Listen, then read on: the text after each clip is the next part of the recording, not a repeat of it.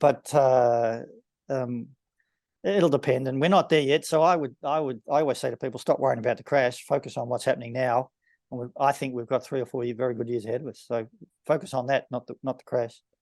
Okay, look, I'm bulking a number of questions together, and I can see a lot of people are very interested about how you see the share market faring also along with this. So I've got many. I've got like about 50 questions now. So share market, because we're going to run out of time. What are your thoughts? You know, the share market's going to move how it moves. It isn't real estate. So the share market can move down without worrying too much about what the real estate cycle is doing. This is where I bring in a very good person I studied, W.D. Gann, G-A-N-N. Gann discovered that the stock market, the US stock market, moves in certain directions within the real estate cycle. This is what I do for my subscribers. So again, I would match what's currently going on in the US stock market to what happened in 20 and 60-year cycles, which is what I do for my subscribers. And we're pretty much on track for how the market was behaving now. It's pretty similar to how it was behaving in 2003 and 1963. The current low for the first and second weeks of October should not have been unexpected. If you're a subscriber of mine, you know how to count in 30 day, week, and month timeframes. And so the lows we're getting in the stock market at the moment, it's 30 weeks from the March low, March 15. It's to be expected. So there'll be a few bumps, but I think things look really good for a continuing up move here. But there's a couple of things we've got to sort first. And I understand people are a bit fearful about the Middle East and stuff, but it's no different to what's happening in 83 and 63 and 1943 and 1923 and 1903, pretty similar. Share market in 2024? Usually share market in the year ended in 3 is usually a transition year between the down year we have in year 2 and the move in year 4 going into year 5. So it's doing what I expected at the moment. It's a transition type stuff where people eventually start moving from their bearish forecasts of total collapse into a grudging acceptance that that we're not going to get recession after all. And then once Taylor Swift gets through all her great shows and then announces her wedding or marriage next year or the year after, and so people turn really bullish and we're off to the races. Hang on, Phil. Everybody's going to think you're going crazy here, mate. Yeah, well, 2004, 2005, 2006, we're absolutely enthralled with Paris Hilton, right? So there's always somebody that's come up, or somebody gets ultra famous and does everything that we all go manic about. I just hope it isn't Barbie. Look, the mortgage pressure. Let's talk about the mortgage pressure, because in Sydney, Brisbane, and Melbourne, you have it's still rising. Property still going up, and that's because of supply and demand. Yes. The government's bringing in 780,000 new immigrants and visas, and God knows where they're going to live, and supply. Yes. I know it's going to continue to rise because of supply and demand. If you try and rent in my local area here in St Leonards in Sydney, you can't find anywhere to rent. Yes. So supply and demand. Yet we've got the other problem, is that the multiple of your salary to the size of the loan, it's just it's ridiculous. The numbers don't work. Yeah. So I get it. I know. That's what tells me the second half of the real estate cycle is in operation. It was exactly the same in 2004, 2005, 2006. It was exactly the same in 1984, 85, 86. I was doing stuff in Melbourne 2003, 2004. You could not find a place to rent in Melbourne in 2003. I'm telling you. And prices just skyrocketed. The rents, you had to bid higher. And I remember, I came back from my travels in 86 and stuff. I remember it wasn't easy to rent in 87, 88 either. despite 1987 being a stock market crash, it was bloody difficult to find somewhere to rent, and you had to get a few people in to afford it. I don't think it's any different now. This is telling us that the second half of the real estate cycle is well underway, and the results will be evident in a couple of years, right? Governments over the coming years will introduce policies to try and make it easier for first home buyers, and trying to do all this and do all that, which as any land economist will tell you, all that benefit will capitalize immediately into land price, house price, and make them go even higher. All that will happen at the top. It'll drive a mad frenzy at the top. Then we're at the top. Before you know it, things turn, and people will be so busy watching something else that they won't see it. Nobody will see it. Trump will be making absolutely everybody really mad, creating total division. So on Trump, do you think Trump will be the magician and pull the rabbit out? I've no idea, Greg. I don't know those things. Basically, the real estate cycle happens regardless of who's in the White House. Yeah, that's good. But this time, he's big enough to just send things over the top. If I can be selfish for a minute, I probably shouldn't say this.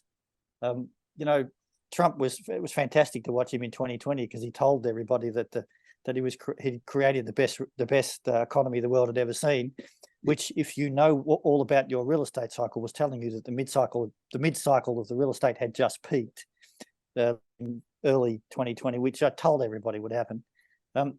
If he does the same thing again, he'll be our best guide. Okay, but you just got to know how to watch all the emotion and how to watch all the economy. And if you follow economists that do not have land as part of the equation, they're going to mislead you. So what you're saying, it doesn't matter. Governments are going to change hands. Mortgage stress. Too many people want to rent. Not enough people.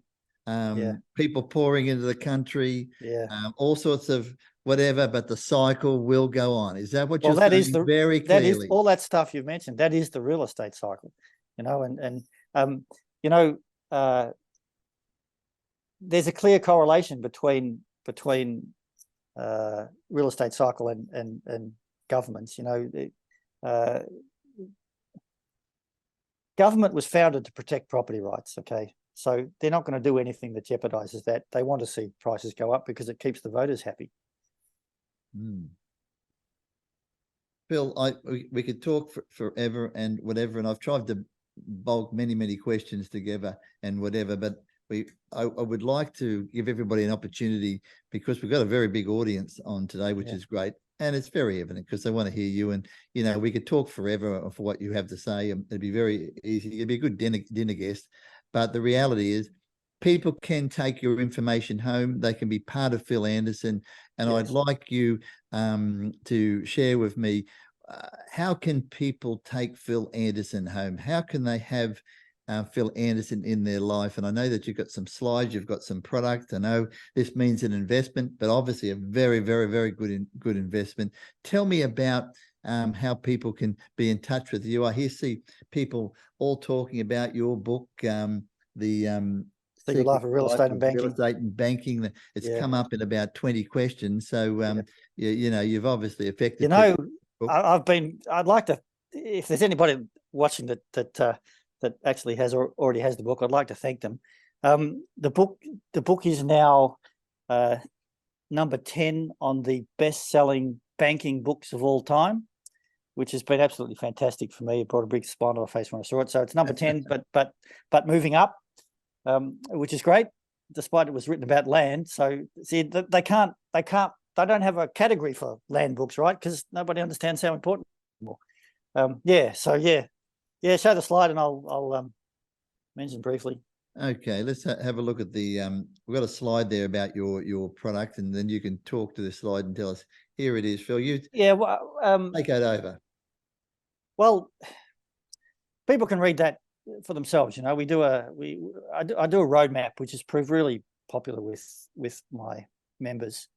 We've also attempted to have a look at the direction of the stock market and real estate from 2023 to 2026 based on key timeframes in history. We've got that chart out. I haven't made comments on it yet, but it's coming. We try to look at commodities. We get updates and market commentary. But let me say this: if you didn't know 2022 was going to be a year when the Dow would tank, you need to subscribe, because, and here's something that I can tell you now, a tip, I guess. The Dow, US stock markets, they tank, they decline every 7 years. Now, if you've got a bit of stock market history in front of you, go back and have a look at that. 2022, 2015, 2008, 2001, 1994, 1987. You can go right back to 1900. Now, work that out. Every 7 years, the stock market tanks. Why is that? I've just got, the number 7 is important. It's 360 weeks, right? It's a cycle in weeks, but is that what drives it? I've got absolutely no idea. My members, my subscribers, they knew 2022 was coming because we put our roadmap out at the beginning of 2022 and the year was down. And I spoke about how that every 7 years it happens. I don't know why that is, but I'm prepared to accept that it'll probably happen again. You just got to interpret that within the real estate cycle. And, there you go. So that's what I show for people. It's the cycle of stuff that all comes together. I seem to have a knack of explaining to people in clear and easy terms what they've got to do about it. And that's what they get. So you bring up the next slide, it shows people what they can do. Conversations with some of them. There are some great people along the way that have interesting jobs and have been doing some fabulous research, which they've been gracious enough to share with us all. It complements mine. It's been absolutely staggering. Been fantastic. Best thing I ever did. So they get this regular information sent to them daily, yes, weekly, monthly. Is it? When I've got something to say, I say something, usually weekly, but there's always something going on, which I comment about, a few videos from time to time. But the best thing is, it'll take it when you join up, when you sign up, you get on a very stiff learning curve, very, very steep learning curve, which brings you up to speed, and then you can understand what it is. So as soon as people sign up, they can get cracking, get started, yes, read all your materials, get buried into your knowledge and come up to speed. Yeah. Oh, that's wonderful. And only $1,440, which is, as I say, today in courses, whatever, most of the courses are 10,000, 15,000. Yeah. Yes. And so, this is tremendous value. So everybody go and sign up for Phil Anderson. This is phenomenal, great value. Phil, our time is slowly coming to an end. Is there anything that you want to say to everybody? Is there any final words that you would love to share with everybody just at this point in time? Because everybody was talking about your cycle and they're talking about the fact that it's coming up in 2026, 27. Is there anything you want to say to everybody out there? Yeah, get educated, really. I find that the propaganda coming out of governments and media now is disgraceful. It's leading the average Phil and Jane into all sorts of errors and mistakes. You can see the simple thing, right? Let me say, I happen to think that the recent rise in interest rates put up by the Fed so quickly elsewhere, I believe that was more political than economic, because during the pandemic, people began to see what a waste of their life it is to commute from the suburbs into town for a job that often didn't pay very well. They'd had enough, and there was a lot of people around the world didn't want to go back in the office. There's no reason why many of them had to go back into the office. They could be working and doing just effectively from outside it, from home.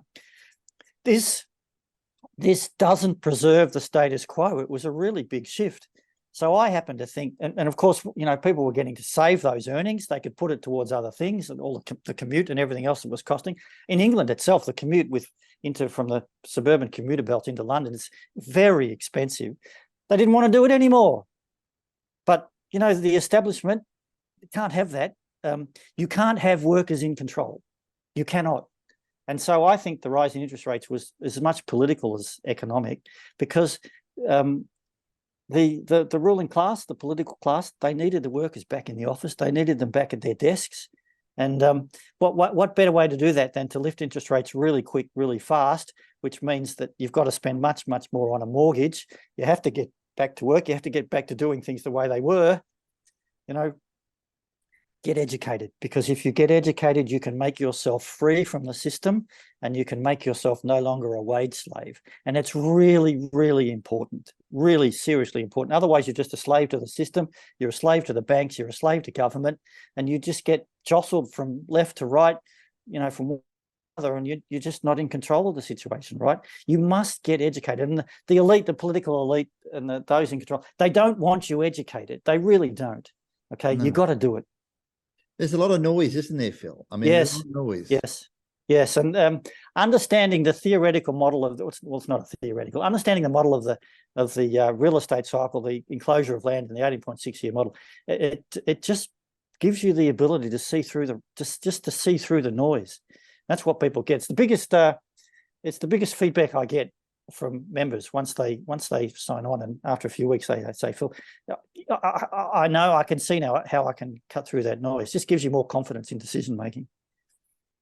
Now, everybody, I'm sure you can see in the chat box that link. In actual fact, if I can just go up nice and close there, I can see it's gokoevents.com/Phillip. But go ahead, click on that link. Everything's there for you to buy this wonderful program of Phil Anderson. We're going to have Phil back again and again and again, because he just keeps being right again and again and again, of course, and he just makes it very simple. I just follow the structure and the simple. It doesn't matter if interest rates are going up, if there's mortgage stress. The reality is he follows his plan, which is fantastic. Phil, our time is up. I wanted to be about 45 minutes. We're going over that time a little bit. It's great to have you once again on. I want to say thank you. Thank you so much for joining with the GOKO group. We love having you. And you promise you'll come back again soon? Well, yeah, let's try. Let's see how we go. Let's see how the one forecast at a time. Okay. Well, we've got it here on video now. We love having it on video, but but at any rate, you're the only guy that's been right, Phil, so far. And all the rest have been wrong. Thank you very much for being with us, Phil. I'll let you go. You're welcome. And to everybody out there, thank you for tuning in. It's been a big crowd. Thanks for all your questions. We can't cover everything. You know what happens. It's time. I wanted it to be 45 minutes. We're already gone 7 or 8 minutes over. This is Greg Owen, the CEO of the GOKO Group, signing off, and we'll see you real soon. You have a wonderful day or evening wherever you are. Bye for now.